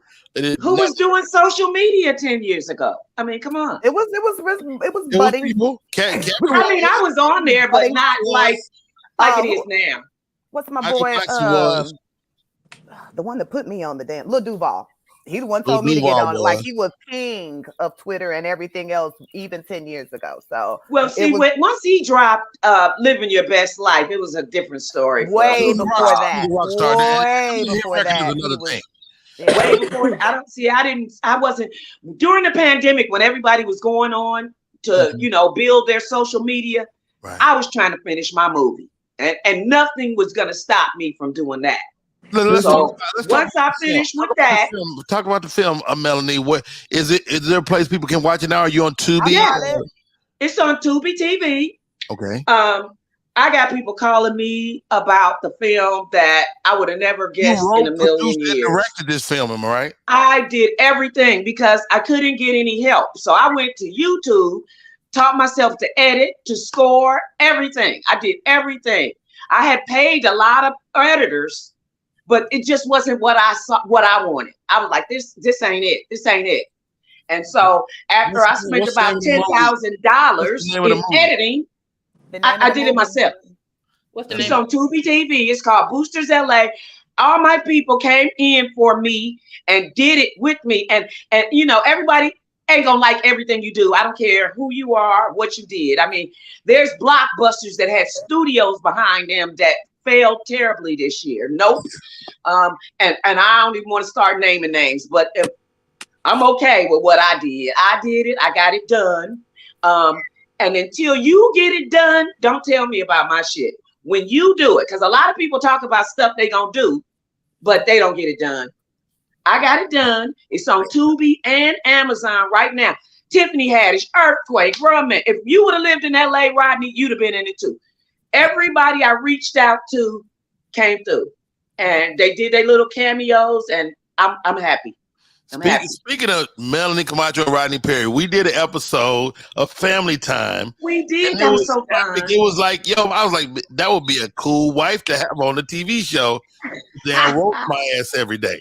That was so fun. That was so fun. Yes. And then somebody saw the film, and I just shot a pilot in Atlanta. They was like, we saw your movie. Yeah, would you be interested in shooting this pilot? Hell yeah. And so I came there. We stayed a week, and let's see what happens. You know what else, Melanie? And I don't even know. You got I'm gonna pray on clips that out for you, there. Melanie. You got clips out there, Mel. You got some clips of like stuff you've done in movies, because it was you and David Allen Greer on the clip that just went the other day that I saw. It went crazy. That 3 strikes. Yes. I gotta find. I gotta put up that first Sunday, because that was funny too. Me, Ice Cube, and Tracy Morgan, and yeah, and it's crazy that 3 strikes. That my attorney took me on that set to just because that was her client as well, and I was looking all cute that first day. I went back. They wanted to bring me back, girl. They put gold teeth in my mouth. Gold. They made me ghetto. I was like, why I gotta look like this? But I said, that's okay. I'm gonna have fun with it anyway. Yo, Tacarra Williams. When you start talking about social media, man, one thing that's always impressed me about you and your social media life is that you're so transparent. You cover it all. Or was there ever a fear of doing that, leaning into it so strongly? No. I think people gravitate to you more. People like you more. Most importantly, people respect and support you more when they feel like not just you're being honest, but when they feel like they're connected. So a lot of things that I talk about, you know, it's stuff that everybody experiences, you know, bad breakups, you know, fuck these kids, you know, I haven't figured out how I'm going to approach posting that I'm single. I might never post that I got divorced. That's something I might choose to never. 30 minutes ago, for the record. Huh? You just posted that shit. If they watching this, well, that's fine if they watching this. I got, almost 200,000 followers, so they ain't got the. Ain't ready to tell them yet. No. Because the flood of DMs that you get, it be from people who make you question your life. You be sitting there like, ain't no way in the world I look the way I think I look if this nigga think he got a shot at me. Ain't no way in the world I look the way I think I look if this nigga ain't got. Well, anyway. Be careful, because that nigga probably don't look like that video or that picture he posted either. But with social media, I believe in being transparent. I want to give a shout out to Chocolate Sundays because they do record and repost a lot of my stuff that does go viral. And then I get to take it and repost it myself. But I just noticed that, and I realized that people gravitate to you more when they feel like they're connected to you. So I always try to be transparent about stuff that I feel like all of us are going through, even if it's like simple things, in daily life. But yeah, social media was, in the beginning, it was really difficult for me because I hated it. And then I started talking to my kids. My kids are probably the one who helped me out with social media. And then my daughter and my son, we was all talking one day, and my son said, "What do people need?" And I was like, "I don't know." And he said, "Well, find out what they need and give that." How about that, son? So that's what I started doing. These kids are going to be teachers, y'all. Get ready for that. Yeah. The kids are going to show you stuff. Right. He said people need help with relationships. Maybe you could talk about relationships. Maybe you could talk about going through divorces. Maybe you could talk about just find out what people need and then start talking about what people need. And that's what I started to do. Wow, well done. Miss One Act Drama, she is back. She's having a little difficulty. One Act Drama. Social media. Talk to me about social media. I see now you starting to post. You think you're cute when you post yourself walking. Oh, I've never done that.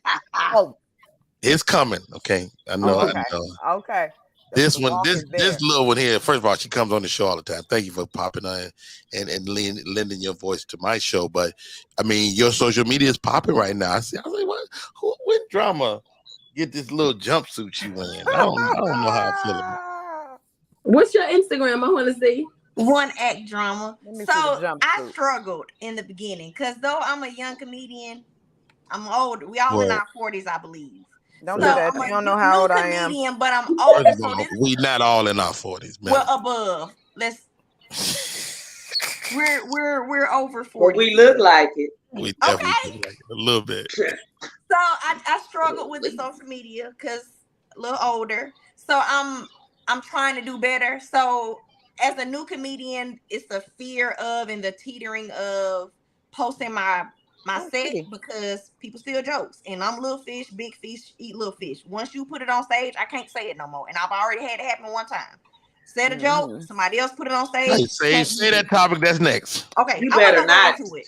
But so you're gonna be in trouble doing that. I'll post crowd work, or I went to dinner with my girls at STK. So I posted a video of me walking into STK because people want to see you, even if it ain't you telling a joke. They just want to see you. They want to see that you're doing something on social media. So I post the STK, me and you post me being cute, and then I give you that. And I post how you post yourself being cute? What's that move? That's crazy. So yeah, I just do little stuff enough to like keep people engaged because my following is very low and I'm trying to grow it, and I realize I gotta be active to do that. I go live like last night. I was live with Delay for 3 hours. I try to get more personal. Lord Jesus. I try to get more personal in my storytelling. So American because I'm like Miss Vanessa. I'm sorry, I'm gonna call you Miss. Please do. Oh, okay, cool. She earned the miss. But it's actually because you're a veteran, not because you're older. So it's not an age thing. You don't stop with this because you older shit. Like we both got like 22-year-old children, so something's going on here. I don't know what that is, but I was a little fast. It's out of respect. It's out of respect. No, I love it too. Thank you, Miss One Act Drama, honey. But no, I just wanted. What did you say, Miss One Act? That once you do a joke, you don't do it again? What did you say? Well, no, somebody took it, so I didn't do it again. I don't. Oh no, don't. Girl, you ain't gonna be in the business long like that. You won't have no material. Once somebody bigger say it, it's kind of like I don't want to be. You get the too bad. All right, and then great minds think alike. Great minds think alike. Let's unpack it, ladies. Let's unpack it. Let's figure it out. We got time. Okay. Melanie Camacho, you've written for people. You've toured the world. How do you deal with joke thievery? You was just kind of. I keep writing, and I'm not gonna stop doing it. Like when I did the Snoop Dogg messing around, we have not had a comic view, a deaf comedy, nothing that we could showcase our comedy on. So I said, I'm bringing. I had wrote all new jokes, and the people at Netflix said, "Do your hitters, do the shut." People have never seen you before. You might have been seen on the Chitlin circuit, but these people ain't never seen you before. Don't be so up here do that. Of course, the comedians who didn't get the spot, all you was doing old jokes. Well, keep listening because there's new jokes in there as well. And whatever I did, they gave me a lot of love for it. Whatever. So don't listen to other comics. I did a joke in 1987 Comic View about me wearing my kids' clothes. Do you know how many comedians I've heard do stuff like that? So they done stole that joke and turned it up inside out. Their kids was babies when I wrote that fucking joke. Mel, let me ask you this, Mel. Has any of your material become stock? Oh, are you kidding? If you hit this twice, we go together. I've heard it be turned into if I suck your dick twice, we go together. Man, so many material, so many jokes of mine. If you go back and look, because the good thing about us is we had Comic View and Def Jam, so them jokes is on there. You can see. I did jokes back in the day about baby hair, realizing it, and then people doing it now. I'm like, I did that joke in Def Comedy Jam. I mean, on Comic View about women walking around here with baby hair. I said, your baby ain't even got baby hair. You got that shit glued all on the side of your head. Wait a minute. So, it is what it is. Ain't nothing you can do about it. Stay unique. And Melanie, they say you can eat stuff that'll make your dick hard. Oh, man, we won't even go into how many people that stole that joke. Chris Rock brought me on his show just to do that joke. I went to the Comedy Store and I saw a white boy doing that joke. I'm like, really? Wow. How about that? It's a compliment too. I don't want no compliment. Write your own fucking joke. You don't want the compliment. Write your own joke. Tacarra, is it a compliment? I mean, it's a compliment not to everybody else, but it's a compliment to you because there are people who have their jokes stolen and they got nothing. And then here you are like, damn, everybody's stealing my joke. But you know what? I'm going to write another motherfucking joke. And I'm going to write another motherfucking joke. And you just got to keep, this is to act drama. You can't be scared to post your stuff because that's how you get booked. That's how people find out how funny you are. And if they like your style of comedy is, they got to watch you because everybody's not going to make it to a show. Because I used to be like that. I used to be scared of posting my stuff. And then I was like, I'll just write another joke. Like you just write another, there's nothing you can do. Jeff Brown says joke thieves are cowards. Michelle, Melanie Camacho will do a joke on national TV. Vanessa will do a joke on national TV. Somebody will steal it, even though she sure will. That joke on national TV. I'm doing it now. Like you can't be afraid of that. You just you have to post your stand up. That's your substance. That's letting audiences know. It's like because I went on your page. Yeah, you cute. Yeah, you got your crowd work. You gorgeous girl. But are you funny? And they have to be able to see that before they book you. Wow, how because about when people give a word of mouth, it's like, yeah, she funny. They're like, oh, you must be fucking her. Even if you're not, you just putting her on because she toured with you. Not saying that this D-Lay because I love D-Lay. I'm just giving you an example of you have to be, you have to put yourself out there. It's a risk that you take, but it's a good risk. And then when you put yourself out there, you also timestamp your joke. Mm-hmm. So in that respect, I upload after I do a show. I upload it to YouTube just as restricted, so I have my and then I can publish it whenever I want to. Like I can. But you never know. That'll be the video that'll get you monetized on YouTube. That'll get you the video that'll get you them 1,000 followers and 10,000 watch minutes. That video that you hiding from the world is your moneymaker. Mm-hmm. Wow.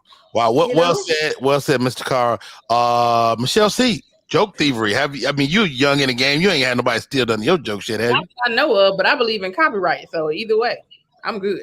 But they don't have that. You copyright a joke? Yeah, not a joke. No. You can't copyright a joke. Maybe, but it's even hard to do that now. I mean, I guess if you put it in a book or something, maybe. I don't know. It's still gonna be hard. Doing it in Cleveland. No, everybody have books with their jokes in it. If that was the case. How about this? Right. Why wouldn't you do that to protect yourself? You could do what you want, but I'm just saying the same way a young lady, I had to approach her and was like, sis, I got people calling me at the house, telling me you at the club right now, doing my jokes, man. You know what I'm saying, or whatever. And she called me a bully, and I said, I'm whatever you want to call me. You know what I'm saying, or whatever. But I have no. Doing my joke. I just said basically I have no respect for you. So this could mean a whole lot to you, or it could mean nothing at all. But I don't fuck with you. I will never recommend you to anybody. I don't fuck with you. Somebody asked me about Vanessa, why not just be like, stop doing my joke? Because a bitch won't. You're gonna go to Michigan or wherever the fuck else and do the joke. I can't stop you from talking. I'm not gonna be there every single time. If you don't have integrity, love, you're not going to have integrity. Asking you to have integrity is not going to make you have integrity. You know what I'm saying? Or whatever, especially when you're debating me about what I know is mine. To Tacarra's point, I just keep going and I make sure that, and to whoever else said it, I'm very unique. I make sure that I have a story and it's not just a thrown out joke that I haven't developed. It's something that's quite personal to me. So if you tell this story about how you was paying child support and pulled up on the bruh and bop the bop and how you parental guilt, whatever it is that I say specifically, I know that that's to my story. You know what I'm saying? Or whatever. In the same way that what's old boy that just got the British dude that just got kicked off his show, James Corden or whatever. They pull some stuff up on. They're always pulling stuff up on people when you're going back doing other people's jokes. So it's like it can have a timestamp on it, as Tacarra was talking about and everything. But to mostly you have to remain unique and just know that people will do it. I've had two more things, and I'm gonna go, Michelle, real quick. I've had a young man be on the road with me, and I walked in a club, and he was doing my joke. And when he saw me, he was like, "Oh my God, I'm so sorry. It must have just, you know what I mean?" Sometimes it's a subliminal thing, and it's forgivable. I was just like, "Bro, you know what you did. Get it together. I'm so sorry. Now that I got caught," you know what I'm saying? Whatever. It's sometimes you got to get that knock on the head if you haven't, you know what I mean, or whatever. The other point is sometimes it's not a joke. I've had people kind of steal my cadence, if that makes any sense. Break that down. My cadence. Yeah, what that means? Meaning the way I carry myself, Your my vibe. my It's still vibe. your You know what I'm saying? vibe. Like I've had some try to bite off my vibe quite a bit because I've stopped kind of mentoring girls as much as I used to, if that makes any sense. I've been doing it a long They time. need you, Vanessa, the girl. And I'm here for you, baby, as much as I can be. But I've backed up on it a little bit because it becomes this thing of, you could call it a compliment to Tacarra, and I feel you on all that, but it'd be this thing of like a coveting. You're trying to covet But my. I will say this, Miss Vanessa. Once you address it, it goes away. Like Joey Wells, who he and I spent a lot of time together as we were in formative years in LA, and we weren't borrowing each other's jokes, but we would borrow each other's isms, the natural stuff you see in real life. And once we recognized it and identified it, it just went away. Yeah, I feel you. And some females I have that kind of relationship with, and that's not who I'm talking about. Like, we've already had our giggle about how I might use a word that you use, or you might use a little term that I use. We have our little kiki about that. That's fine. I'm just talking about people that sometimes you don't know me. You might have watched me on Def Jam. I've been around for quite a bit there. You know what I'm saying? And sometimes you you try to find your way and you begin, and not just myself. I've seen people do that with other people. And that's what I'm saying. I'm not just trying to use myself as an example.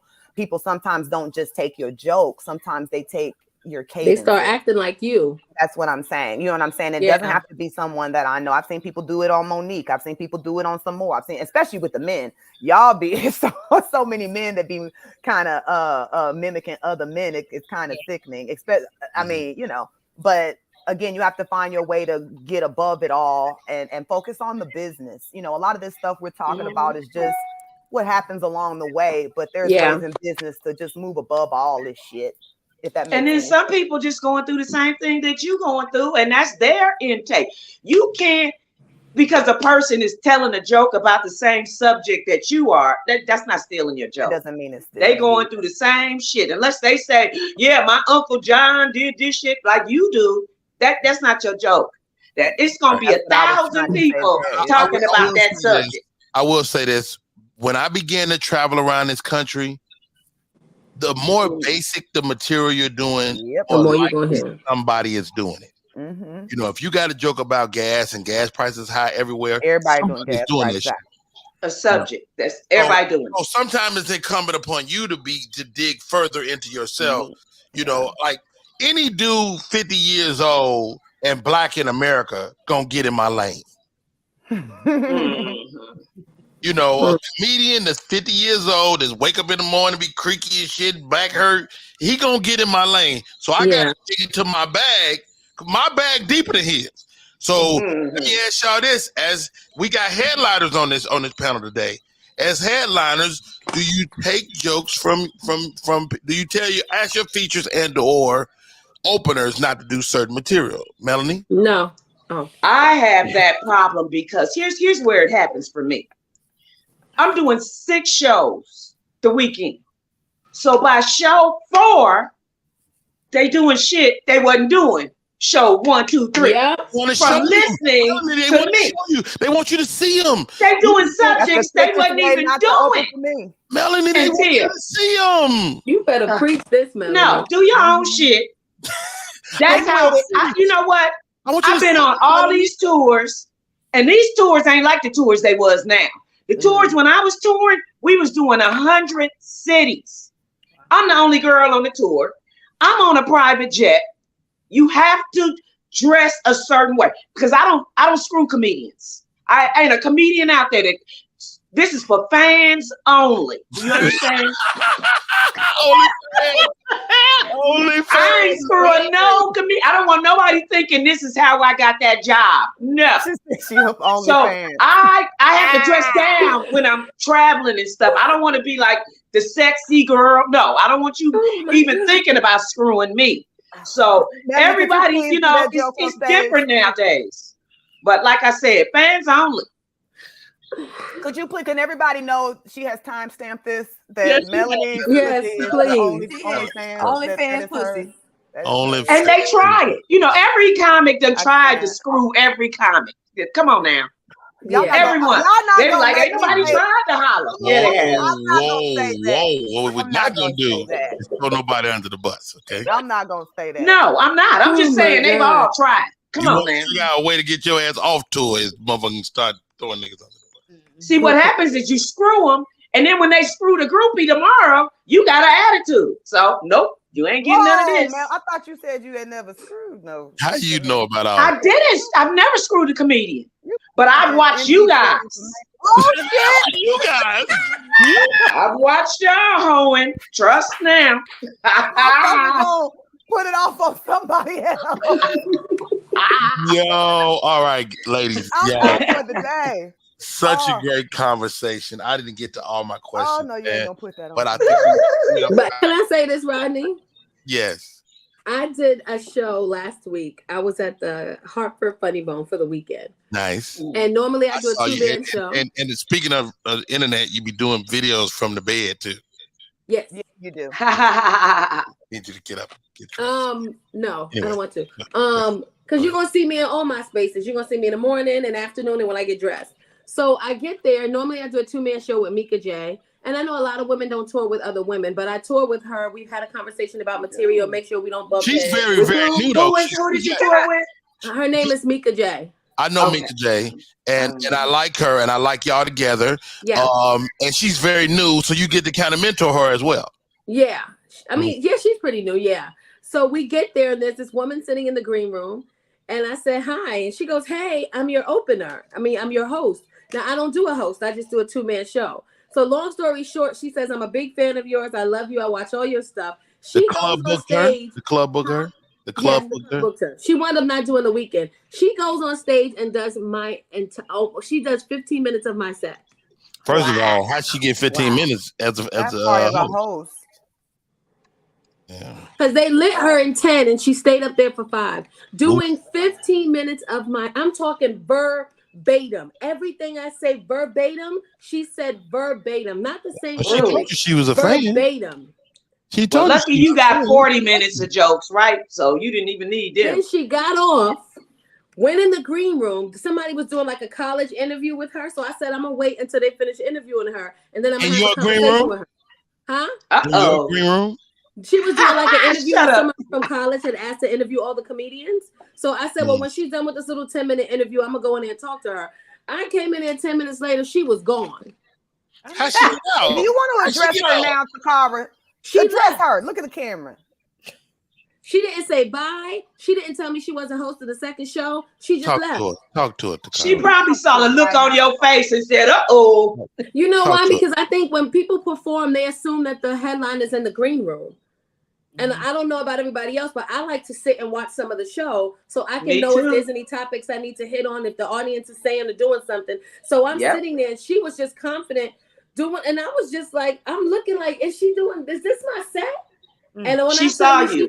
She didn't even host the second show. And we told her you could host both the shows. She hauled ass out of there. She saw you doing that. Trust me. She saw what you. She did wrong. I don't remember her name to address her.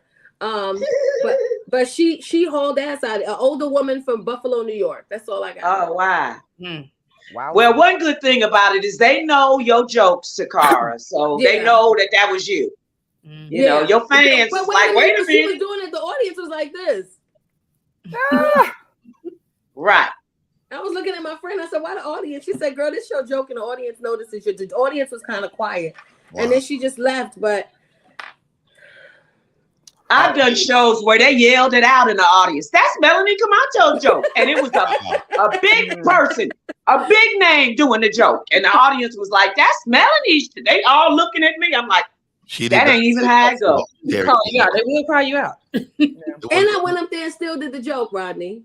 Wow, how about that gangster boo? All right, y'all. Great conversation. I can't thank you ladies enough. She's got a movie. It's called Boosters LA. It's on Tubi TV. It's funny, y'all. She wrote, produced, directed that motherfucker. She did craft services. She did craft services. She casted. She did it all. I decorated. She did crafty and the wardrobe. So she did the whole hair and makeup. And both of them. No, I had, well, the beginning of it, you see, I ran out of money. We shot that, but I had hair and makeup at the beginning. Hilarious. Hey, all jokes aside, Melanie Camacho, thank you for coming on, man. Your perspective is needed and wanted. I appreciate you taking my call. I'm glad I got your number situation together. I was like, is Melanie motherfucker not taking my call? What I do to her? Anyway, so I'm gonna show. How do people stay in touch, man? I'm Melanie Camacho on everything. If it's not official Melanie Camacho, it's just Melanie Camacho on Instagram, Facebook, TikTok. I'm trying to get up and do what Tacarra and Vanessa and them. It's hard trying to do shit every day on this thing, but I'm trying. So let me ask you this, Melanie. If I see somebody with that name, they're probably related to you. Am I right? Probably, but you won't see. There's Camacho comes from the Bahamas, okay, from Jamaica. My ex-husband is from, his mother is Bahamian, his father is Jamaican. Everybody thinks he's Spanish. He is not. He's a black man. I met him at the Century Club downtown LA. That's right? Where I met him. Wait a minute. And we screwed on the first night. I'm sorry. And I ended up married for 7 years. So I don't know who you're talking about. He was definitely a fan. He was a fan. He's a fans only. No, I wasn't even doing comedy. I wasn't even doing comedy. Yours. I was already married with 2 kids when I started comedy. And so I was screwed on the first night. Good for you. And I married for 7 years. So that's when you got the good shit, they ain't gonna hit it and quit it. So my wife wants to be outstanding. 26 years. All right. Who knew? Michelle C. Real quick, how do we stay in touch? You can follow me at Candid Kisses TV or on the. You hit me up, Candid Kisses TV. At Instagram. She got the glitter lipstick. Yeah, show me. Like my makeup line. I have my own makeup line, KissableLipsCosmetics.com. Where are you out of? Atlanta? Okay, so did Wanda Smith advertise for you for a while? Yes, ma'am. I met you at the Comic Theater. Yes, ma'am. I got some of your lipstick. Okay. I love that. Please follow me. I'm trying to get my YouTube thing going on. I've had everybody on the show. Rodney Perry, One Act Drama. I would love to have y'all on the show if y'all want to come on. You hit me up before. Yes, ma'am. Okay, now I know your face. Okay. All right. One Act Drama, how do we stay in touch? One Act Drama. When you go first watch Miss Camacho, then watch me on Tubi. I'm in Deceptions of Love. I'm in Cream. I'm in Love and Drugs 2. Love and Drugs 3 about to drop next month. I'm in. Did you say Love and what? Love and what? Okay. Love and Drugs. All right, killer.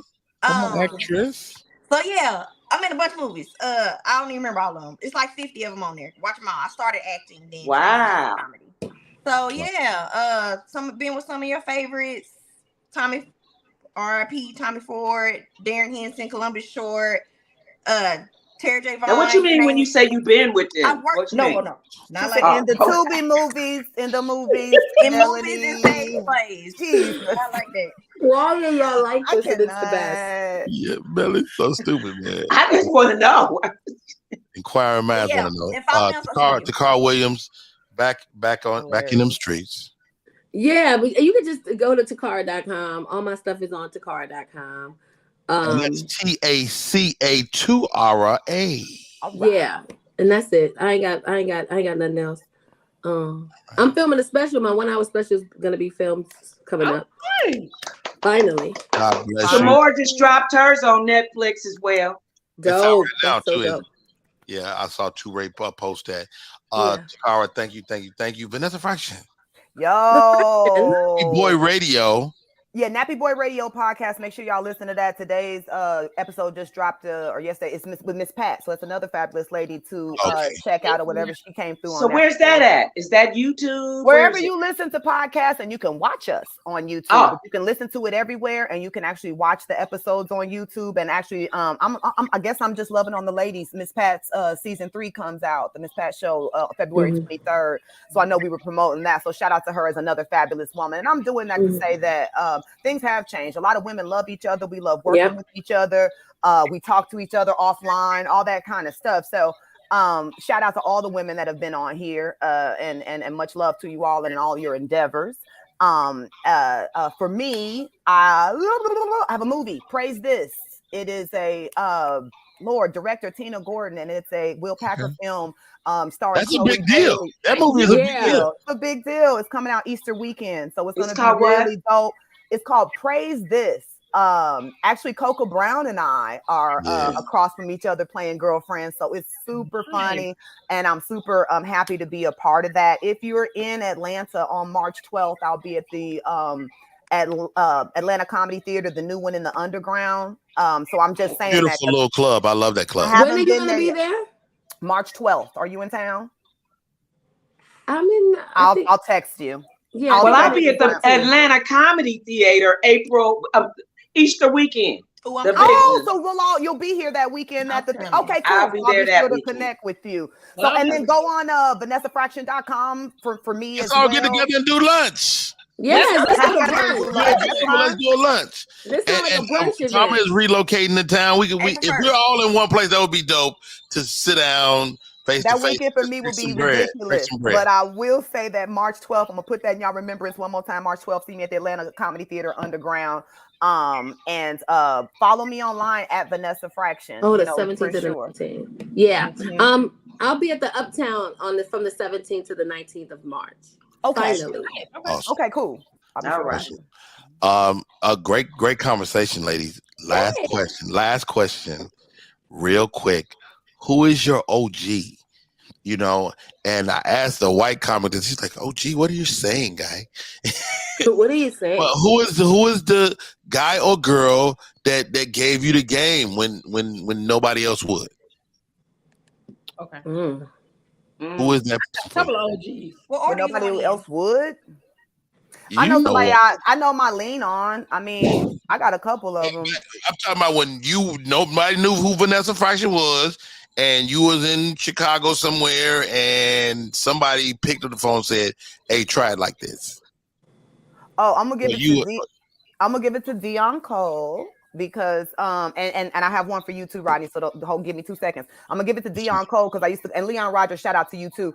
I used to be on the road with those fellas, and with Dion specifically, he would always take my punch ups and stuff, which made me feel respected, and I understood my brilliance. You know what I'm saying? And he would always let me know how brilliant I am, and also push me to write. So when he had started writing for Conan, I had put his newspaper clipping up on my board, and I was like, I'm going to be a writer. And thanks to Rodney Perry, when didn't anyone know me, and I came on the second season of the first season of the Monique Show, which Rodney pushed for, and said, this girl is fabulous and you need to have her on. After that set, Monique asked who I was, and Rodney didn't have a hesitation with saying, that's motherfucking Vanessa Fraction, which got me my which allowed me to be able to write for Monique for the second season. So I will say, Rodney Perry, you are definitely my OG because you speak on me when no one else will. Sometimes you just go ahead and say, that's one fabulous chick. So I salute you, and I salute Dion Cole. Yeah, I mean, I'll take that, but just know if you wasn't dope, it wouldn't happen. You know, your ability to talk freely about yourself is what piqued her interest in you, and I just was there to go, oh yeah, that's the homie. Booker. And can I say, sometimes we need that in those boardrooms, in those. When you asked me how I got on that radio podcast, it's because Hannibal Burris spoke up and said, "You remember Vanessa Fraction?" And then I went to dinner with T-Pain, and they was like, "Oh hell yeah," because they had seen me opening up on one of his shows. So it does help. It helps. You know what I'm saying? If you're sitting there, it doesn't hurt you to say that person's name that you love and respect anyway. You know? How about that? How about that? Michelle, see who's your OG? Alton Walker. Of course, you, Rodney Perry, Steve Brown. I was about to say, you better get the fuck out of here. I know I'm your OG. And Daryl Dam. Daryl Dam. Good stuff. Miss Tacarra. My OG in the game that I will go to before I was established. That's so hard because I left New York 1 year in. I want to say in New York it was Talent Harris. That's a good one. But then I left New York 1 year in and I came to California and it wasn't anybody for years. Wow. Yeah, because nobody knew me. I will go with in California. It's so hard. You can come back to me because it's like everybody's Adam so selfish. Adam is a good call. I'm saving you, Melanie, because I want to hear who this is. LaWanda paid somebody. Anyway, she's not even here no more. But I yes. know. One act drama. Who's your OG? I mean, I'm sure D-Lay is the first person that was like, "Yo, Let's it's say crazy. David Arnold. Come on." So D-Lay was the first one to put me on the stage. He was like, "You crazy? Get on the stage. Come with me." From there, man, it just got like Bill Bellamy. I get a show with him. He actually was like, "You are crazy. Sit down." He sat and one of my jokes just punch. Like, so that was dope to me. Like, for somebody of that stature to be like, "Sit down," that was amazing. But I can take it here. And then Ruby Rush did the same thing for me. We did a show together and he was like, "Yo, that was wild. But if you add this, pow." And Ali Sadiq is somebody I can just hit on the phone, and Coco Brown, my secret hitter, where I can just call her. So I got some great people that's kind of like pushing and helping. And finally, you always don't. I'm stuck. All right, Melanie Camacho, who's your OG? There was this lady named Simply Marvelous, and she did. I never had people like come write for me or anything, but when I first started doing comedy, the guys would be like, "Shut up," and trying to, because I'm little, and so Simply was like, "Leave her alone. Do that joke." I would do little jokes about little men, and they would be ready for me after the show. Like Joe Torre and DL and them, they would be waiting for me. "Don't say that joke no more." And Simply would be like, "You say that damn joke." So wow. I big love to Simply Marvelous. I didn't have, I like I said, when I taped Def Jam, I had never seen it before. I did not have cable. I was married with 2 kids. We were trying to make it happen, and cable was not in the budget. Okay. So wow, such a great show, ladies. Thank you so much. Very kind. Melanie Camacho, Michelle C is in the building. One act drama came through. Tacarra. Let's not forget the great Vanessa Fraction. Ladies, it was a pleasure, man. Thank you. And we're gonna try to have more conversations, man. And thank you to y'all OG ladies on the panel for it. Thank you. Yes, and let's be more supportive as female comics. I'm in y'all timeline clapping and cheering. Oh, I every time. that so much. How about that? Hey guys, have a great day. Rodney Perry, we out. Rodney Perry.